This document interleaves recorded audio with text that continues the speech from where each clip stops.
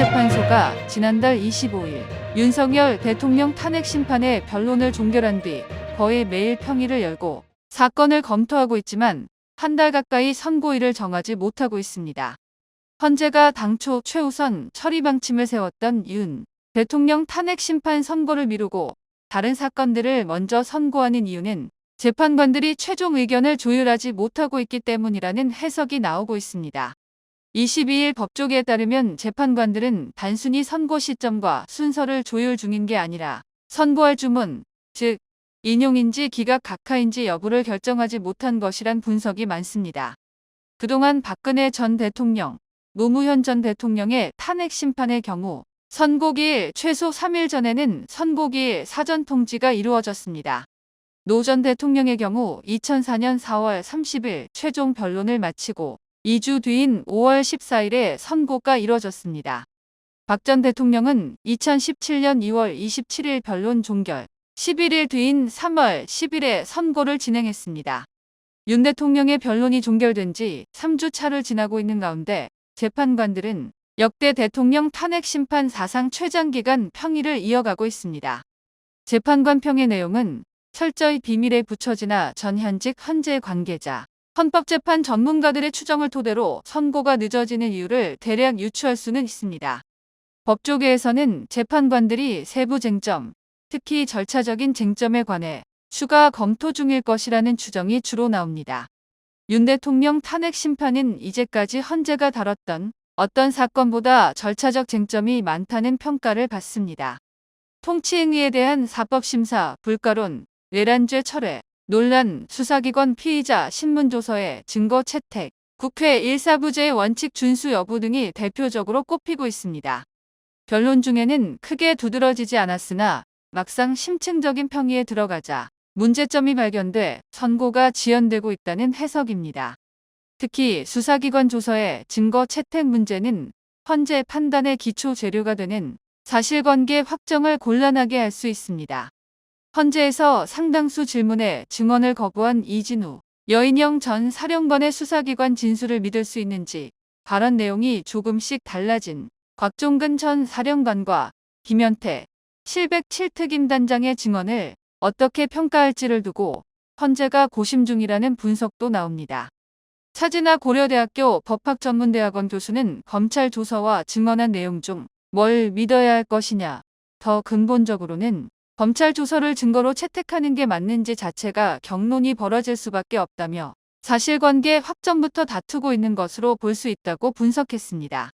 사안의 중대성을 고려해 가급적 재판관들이 통일된 견해를 밝히려 노력하고 있고 이 과정에서 법정 의견과 반대 의견을 조율하느라 시간이 걸린다는 해석도 나옵니다. 법조계에서는 전원일치 결론을 고집하지 않더라도 의견이 중구난방으로 나오지 않는 수준의 조율은 필요하다는 견해, 합의제 기관인 헌재의 특성을 고려해 조정하지 않고 여러 의견이 자연스럽게 결정문에 실리는 게 낫다는 견해가 엇갈리고 있습니다.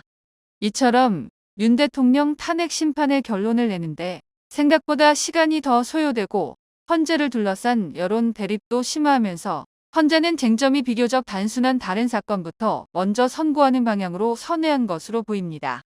헌재는 윤 대통령 사건 접수 직후 탄핵 심판 중 이 사건을 최우선으로 심리하기로 했다고 밝힌 바 있지만 다른 재판보다 더 많이 변론하고 더 많은 헌법 연구관을 투입해 최우선 심리를 했더라도 결론을 내지 못한 상태에서 이미 판단이 마무리된 다른 사건 선고를 미루는 것은 적절하지 않다고 보는 것으로 전해졌습니다. 도널드 트럼프 미국 대통령이 22일 미국 교육부 해체를 목표로 하는 행정명령에 서명했습니다.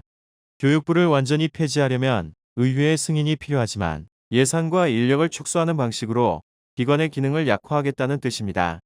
트럼프 대통령은 이날 백악관에서 열린 서명식에서 합법적인 모든 방법을 동원해 교육부를 폐쇄할 것이다. 가능한 한 빠르게 없애겠다.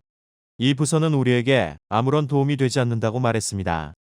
행정명령에는 린다 맥마흔 교육부 장관에게 교육부의 핵심 기능을 축소하는 모든 필요한 조처를 하도록 지시하는 내용이 담겼습니다. 미국 교육부는 1조 6천억 달러 규모의 연방학자금 대출 프로그램을 관리하고 저소득층 학생을 위한 재정 지원을 제공하며 전국적인 시민권 보호 업무를 담당하고 있습니다. 캐롤라인 레빗 백악관 대변인은 이날 연방학자금 대출과 같은 일부 핵심 기능은 축소된 교육부에서 계속 운영될 것이라고 밝혔습니다. 트럼프 대통령 취임 이후 교육부는 대규모 구조조정을 단행했다. 4,133명이었던 인력이 이미 2,183명으로 줄어든 상태입니다. 민주당은 즉각 반발하며 이번 조치가 연방 지원금에 의존하는 수백만 명의 저소득층, 학생과 교사들에게 부정적인 영향을 미칠 것이라고 경고했습니다. 하킴 제프리스 민주당 하원 원내대표는 교육부를 폐지하면 공립학교의 수백만 명의 어린이, 그들의 가족, 그리고 헌신적인 교사들이 피해를 볼 것이다. 학급 규모가 커지고 교사들은 해고되며 특수교육 프로그램이 삭감되고 대학 등록금은 더욱 오를 것이라고 비판했습니다. 소비자 보호 단체들도 이번 조치가 학생과 학부모에게 심각한 피해를 초래할 것이라며 강하게 반발했습니다. 책임대출센터의 미트리아 스파서는 성명을 통해 이번 결정은 학생과 가족의 이익을 전혀 고려하지 않은 것이라며 공공교육을 약화하고 시민권 보호를 포기하며 양질의 교육을 받을 권리보다 기업의 이익을 우선시하는 조치라고 비판했습니다. 일부 공화당 의원들은 교육 재정을 주정부로 돌리는 블록 보조금 방식을 지지하고 있습니다. 이는 특정 프로그램에 대한 예산을 지정하는 대신 주정부가 저소득층 학생과 장애 학생을 위한 지원 방안을 자율적으로 결정할 수 있도록 하는 방식입니다. 현재 미국 교육부는 1979년 지미 카터 전 대통령이 설립한 기관으로 그동안 여러 차례 폐지 논란에 휩싸였습니다. 로널드 레이건 전 대통령도 교육부 폐지를 주장한 바 있으며 트럼프 대통령도 일기 때 교육부를 노동부와 통합하려고 시도한 바 있습니다. 이번 행정명령이 실제 교육부 폐지로 이어질지는 불확실합니다. 하지만 연방정부의 교육 개입을 줄이려는 트럼프 행정부의 의지가 반영된 조치로 평가됩니다. 고등교육 비영리 조직인 미국 교육협의회 테드 미첼 회장은 트럼프 대통령의 행정명령이 정치적 쇼이즈 진지한 공공정책이 아니다라고 비판했습니다. 그러면서 부처급의 연방기관을 폐지하는 것은 의회의 승인이 필요하다며 의회에 학생과 그 가족들에게 최선의 이익이 되는 방향으로 이 잘못된 수사를 거부하라고 촉구했습니다. 교사 노조 등은 법적 다툼을 예고했습니다.